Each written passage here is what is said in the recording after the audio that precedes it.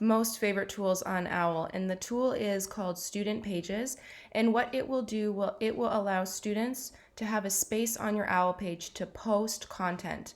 They can upload a PowerPoint presentation, a recording, they can post a paper that other people are to read, and they post it directly on the OWL site where you specify, and you can have multiple students posting their own thing in their own place, and it saves a whole lot of in-between moving files around. So instead of students emailing you a file that you post to OWL, you give them a place to post that resource.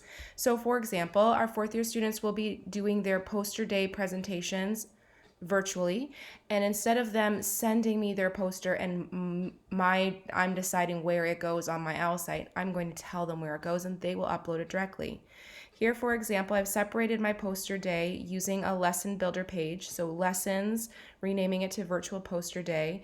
On my lesson builder page, I've just put it in text boxes, and these are little sub pages where I'm categorizing to just make things more just to provide organization to this space. And here I've picked my afternoon session. I've got a theme here of cardiovascular physiology or pharmacology. And in order to tell the student, this is where I want you to post your poster, I'm going to create a subpage button, and I'm going to put my student name here. I like showing these as buttons, just visually I think it's most appealing. So just to back up a page here so you can see what this looks like now. Student name number 1. Perhaps I want multiple students to have to post their poster under cardiovascular. Maybe we had definitely more students in that theme. Student 2.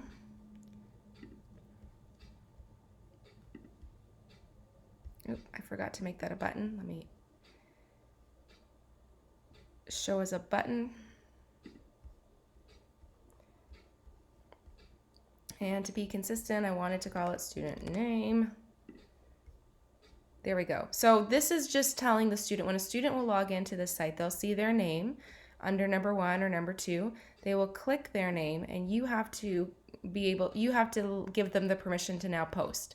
So under add content, instead of adding your own text or your own content, scroll down and you see add student content. So now when that specific student emails or logs in, they will see a list of they won't see the list of all the names, just you see that as the maintainer of the site. I'll show you what this looks like we call it access view for project sites on OWL. This is not a class site, but this is same idea. So if this was my name and I was a student, I would click on my button, and I would only have as that student my own place. So I would add my own page. And here is student content. So it's got lots of the same function as a regular content designer. They could add text. This is probably what they'll want to do, embed content on the page. So whether it's a PDF or it's a PowerPoint, it's a recording, an MP4 file, they can add links outside, and they could subdivide their page as well. So this is what I'm going to get my students to do. They're going to choose their poster. I recorded something, so I'm just going to pretend I've recorded a poster here, audio poster, so with slides and everything in the background. It just takes a little bit of time. OWL is being so patient. Keep it all together. And I'm in a remote location where internet is slow. But anyway, when you're in a faster internet place, this would go faster. They'd post their content, and then it would be embedded on the page. Anybody in the site, other students, any people who have the instructors or TAs, they can now see this posted page that your students have created. It's amazing, saves so much time. I highly, highly, highly recommend it.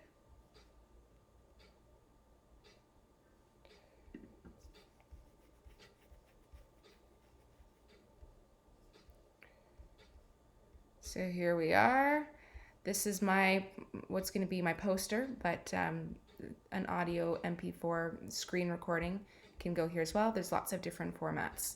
There is this default where anybody who posts something, it can be downloaded by anybody else. You might want to lock that down, particularly if it's poster or copyright. So there's this little cogwheel. Oh, I got to get out of this view. I got to get out of that view. Let's go back. I'm checking as the administrator. Oh, Anita posted her work. Good job, Anita. Put it in the right place. Bonus points. Okay, I want to get rid of that little download file. Come on.